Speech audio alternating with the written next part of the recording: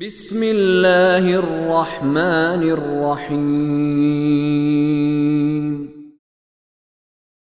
وَإِذَا جَاءَهُمْ أَمْرٌ مِّنَ الْأَمْنِ أَوِ الْخَوْفِ أَذَاعُوا بِهِ وَلَوْ رَدُّوهُ إِلَى الرَّسُولِ وَإِلَى أُولِي الْأَمْرِ مِنْهُمْ لَعَلِمَهُ الَّذِينَ يَسْتَنبِطُونَهُ مِنْهُمْ وَلَوْلَا فَضْلُ اللَّهِ عَلَيْكُمْ وَرَحْمَتُهُ لَاتَّبَعْتُمُ الشَّيْطَانَ إِلَّا قَلِيلًا وَإِذَا جَاءَهُمْ أَمْرٌ مِّنَ الْأَمْنِ أَوِ الْخَوْفِ أَذَاعُوا بِهِ اور جب ان کے پاس امن یا خوف کی خبر آتی ہے تو وہ اسے پھیلا دیتے.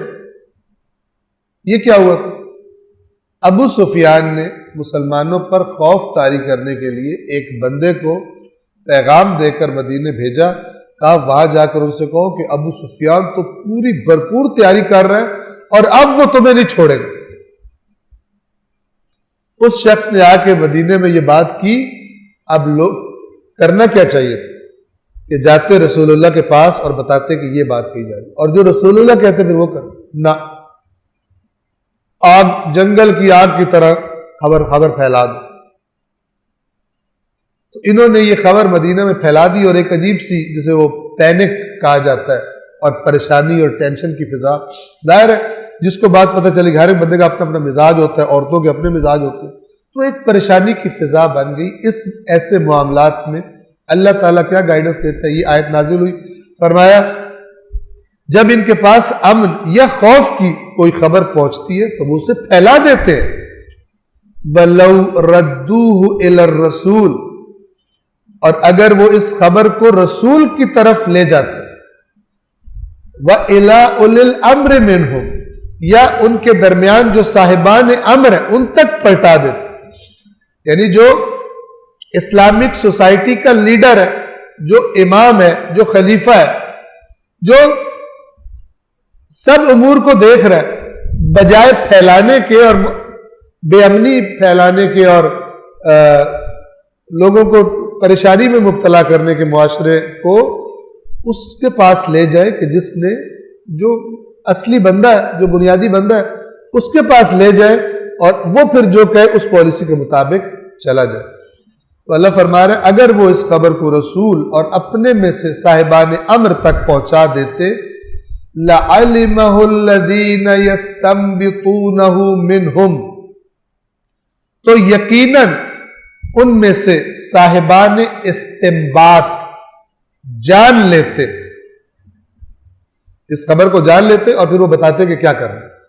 یستنبطونہ استنباط کسے کہتے ہیں؟ استنباط کہتے ہیں ساری موجودہ چیزوں کو دیکھ کر نتیجہ عکس کرنا کہ کیا کرنا چاہیے، یہاں پر کیا کرنا. ٹھیک ہے. فقیہ مجتہد بھی جب قرآن و سنت و عقل و اجماع و مثلا ان سب کو دیکھ کر جب ایک حکم حاصل کرتا ہے، اس حاصل کرنے کے پروسیس کو استدلال بھی کہا جاتا ہے، دلیل اور استنباط بھی کہا جاتا ہے. استنباط کون کر سکتا ہے؟ جو جانتا ہو معاملات کو. مثلا ایک متخصص ہے، وہ جانتا ہے کہ دشمن کس طرح افواہ پھیلا کر معاشرے میں خرابی پیدا کرتا ہے، اسے پتہ ہے، لیکن عوام کو نہیں پتہ. تو سمجھدار لوگ کون ہوں گے؟ جو بجائے دشمن کی چال میں آنے کے جہاں پر وہ خبر پہنچانی چاہیے وہاں پہنچائیں. ٹھیک ہے مثلا، اور وہ پھر جو بتائے اس کے مطابق چلے. آج بھی بدترین طریقے سے اس چیز میں ہم لوگ دانستہ نادانستہ ملوث ہو جاتے ہیں سوشل میڈیا کے ذریعے. دانستہ یا نادانستہ اس میں ہمارا کام کیا ہے؟ ایسے لگتا ہے کہ اللہ تبارک و تعالیٰ نے ڈیوٹی لگائی ہوئی ہے سب سے پہلے خبر آگے کرنی. اللہ کی لگائی ہوئی ڈیوٹیاں نہیں یاد، لیکن جو واٹس ایپ اور فیس بک نے ہماری ڈیوٹی لگائی ہوئی ہے وہ کیا ہے؟ وہ یہ کہ جو آئے فارورڈ کر دو، جو آئے فارورڈ کر دو. اب آپ سنتے ہیں مثلا پاکستان کی جو قانون کی حفاظت کرنے والے، قانون نافذ کرنے والے ادارے ہیں، وہ آپ سے کیا کہتے ہیں بعض معاملات میں لوگ کہتے ہیں بلا وجہ آپ اس کو نہ آگے چلائیں. ٹھیک ہے, آپ توجہ فرمائیں. کسی بھی معاشرے میں دشمن کیا کرتا ہے؟ وہ اپنی مرضی سے چیزیں انجیکٹ کرتا ہے. اور آج یہ سب سے بہترین کام کیا ہے؟ بے دینی انجیکٹ کرنے کے لیے معاشرے میں, آپ کی اولادوں میں, خود آپ میں بہترین طریقہ وہ کیا ہے؟ وہ یہ سوشل میڈیا, واٹس ایپ اور فیس بک. غلط احادیث, گھڑی ہوئی احادیث معاشرے میں عام کرنے کا بہترین طریقہ کیا ہے؟ What's app. بس کام کیا کرنا ہے؟ حدیث گھڑو اور نیچے ثواب زیادہ لکھ دو, کیونکہ قوم ثواب کی اتنی عاشق ہے کہ اب تک ان کو اللہ کی بات بھی سمجھ نہیں آتی. اللہ نے کہا تھا اس قرآن کو غور سے پڑھو, اس پہ عمل کرو تو میں نے پڑھنے کا بھی ثواب دوں گا. انہوں نے کہا نہیں, ہمیں صرف ثواب چاہیے, ہم اتنے ثواب کے شوقین ہیں.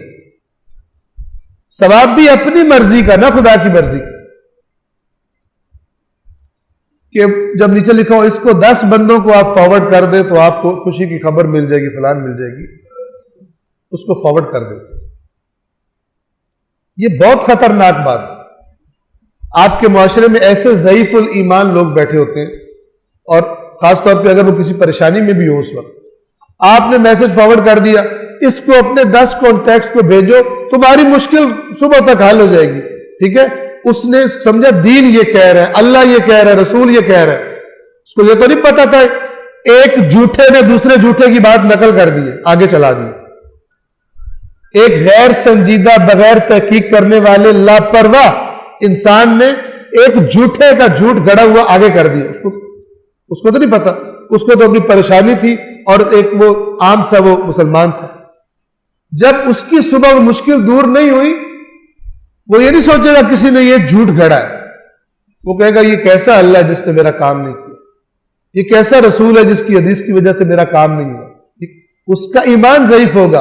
اور یہ جتنے بھی کہ یہ کر دو تو یہ تمہاری مشکل حل ہو جائے گی, یہ جو اس وقت گردش کر رہے سوشل میڈیا میں, صبح تک تمہیں خبر آ جائے گی, 10 کو فارورڈ کر دو. آپ مجھے بتائیں رسول اللہ تھے واٹس ایپ کے زمانے میں کہ 10 بندوں کو فارورڈ کرو تو یہ ہو جائے گا؟ رسول اللہ کی حدیث میں واٹس ایپ ہے, فیس بک کا نام ہے رسول پاک کی حدیث میں. اس کو شیئر کیجئے, اس کو شیئر کیجئے, 50 بندوں کے ساتھ آپ خوشخبری سنیں گے. یہ دین کس نے گھڑا ہے؟